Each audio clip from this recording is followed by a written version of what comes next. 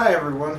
For those of you who have been wondering where I've been for the past several weeks or few months, unfortunately the California Department of Agriculture had to spray my yard for the Oriental fruit fly, and that's still ongoing once a week, and every time they do it I can't touch my trees for a while afterwards. So I've been trying to sneak the videos in here and there between the sprayings. This is a cork oak, and it has just finished its growth for the year. As you can see, it's rather heavily overgrown, so what we're going to do today is prune it back and try to get it in shape for the coming growing season in the spring.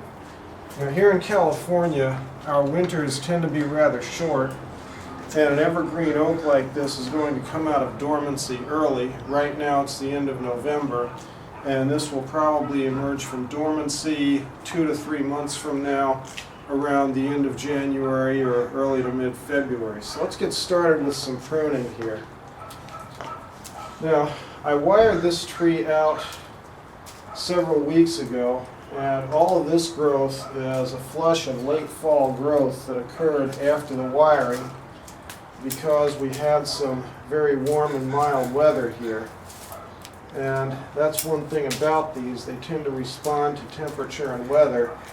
So if you have a mild winter, then you tend to have a very short dormancy.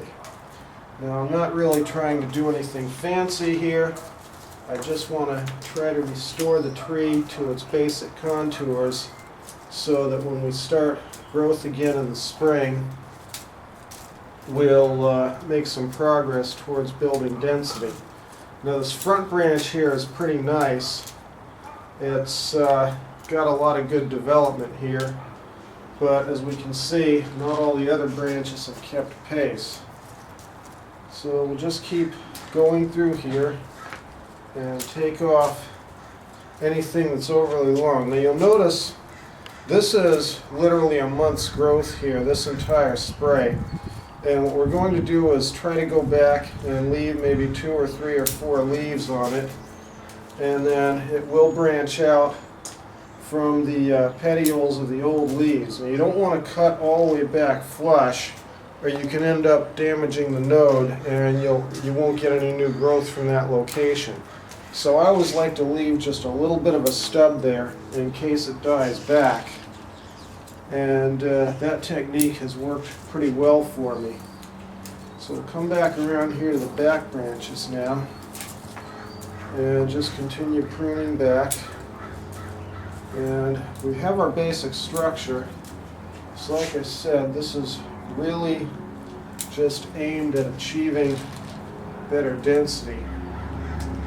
Now these trees, they tend to naturally grow dense if you prune them well. They're like most evergreen oaks, they respond quite well to bonsai treatment, and these techniques can be applied to most of the other Mediterranean oaks, such as the California natives, coast live oak, valley oak, scrub oak, and golden cup oak.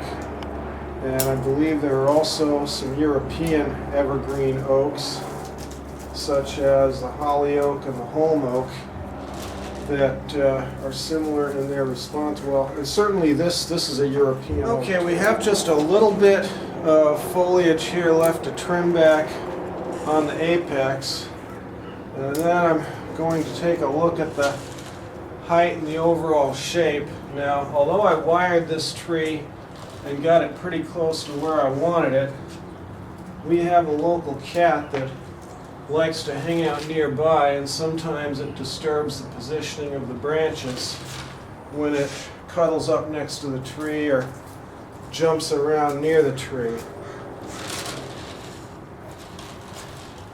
And we have a couple little dead leaves to pull out of here. And that right there.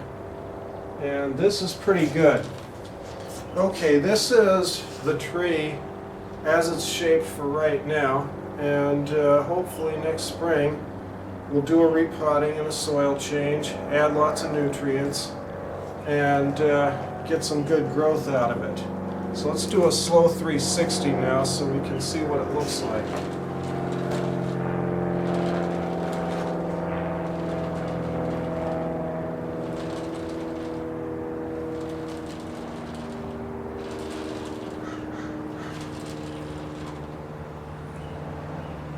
Thank you for watching, folks.